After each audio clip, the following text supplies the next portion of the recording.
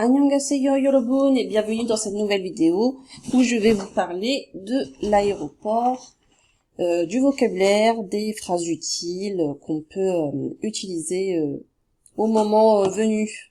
Donc, Konghang. Konghang, c'est l'aéroport. Konghang. Konghang. Ensuite, l'avion, c'est Piengi. Pihengi. Pihengi.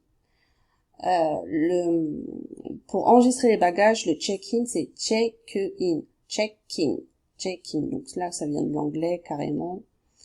Et le billet d'avion, c'est Piengi-pyo. Piengi-pyo. Piengi-pyo.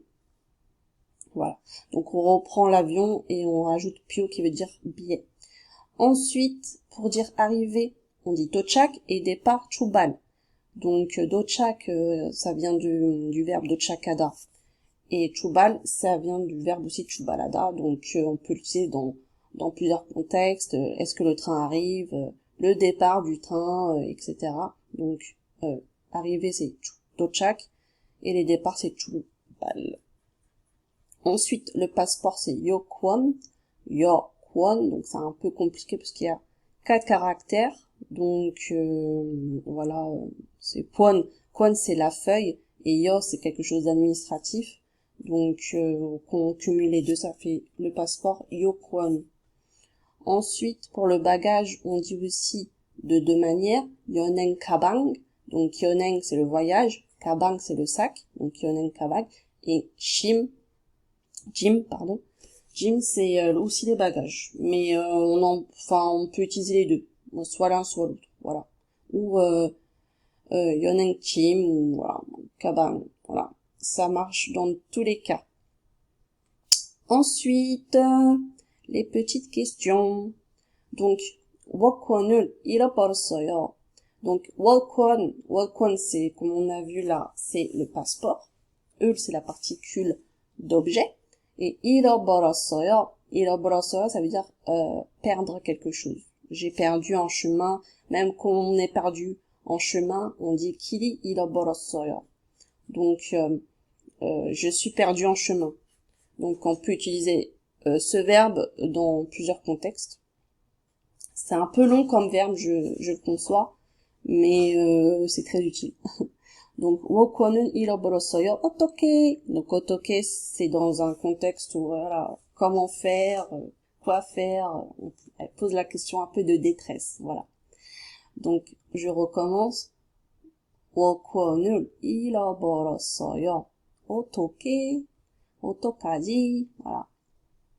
Ensuite, 비상구는 어디에 있어요? Donc, 비상구, c'est la sortie de secours.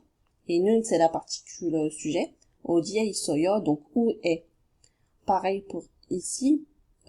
수화물 카드 어디에 있어요? Donc, le chariot pour les valises.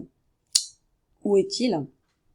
Donc, quand on veut rajouter un objet, par exemple, 월권 qui est le passeport, 어디에 있어요? On rajoute 어디에 있어요? Et là, ça veut dire où est le passeport, tout simplement. Donc, il y a juste à rajouter l'objet en question et puis dire 어디에 있어요, et vous pouvez très bien vous en sortir pour poser une question en coréen quand vous cherchez quelque chose ou n'importe quoi. Ça peut être aussi la pharmacie, 야국 어디에 있어요, voilà, 쇼핑몰 어디에 있어요, voilà. Ça marche, cette phrase en tout cas, cette technique de phrase, elle marche à tous les coups. Voilà, j'espère que ça vous a plu. Je vais essayer de faire plus de vidéos concernant chaque thème, parce que des fois j'ai beaucoup plus d'idées qui me surviennent à chaque fois, donc je mettrai justement d'autres mots, d'autres grammaires, d'autres vocabulaire par rapport au thème, voilà, au thème suivi, parce que l'aéroport, vous imaginez bien qu'il y a énormément de verbes et de phrases et de mots. Donc si j'ai d'autres mots, je vous le dirai, je ferai une autre vidéo pour peut-être aller plus dans le détail, etc. Donc n'hésitez pas à me dire, je suis dispo sur Facebook, sur YouTube, comme vous pouvez voir, et puis vous me dites ce que vous en pensez, tout simplement. C'est gentil de me suivre, de m'encourager, ça me fait chaud au cœur. En tout cas, n'hésitez pas à me contacter par YouTube.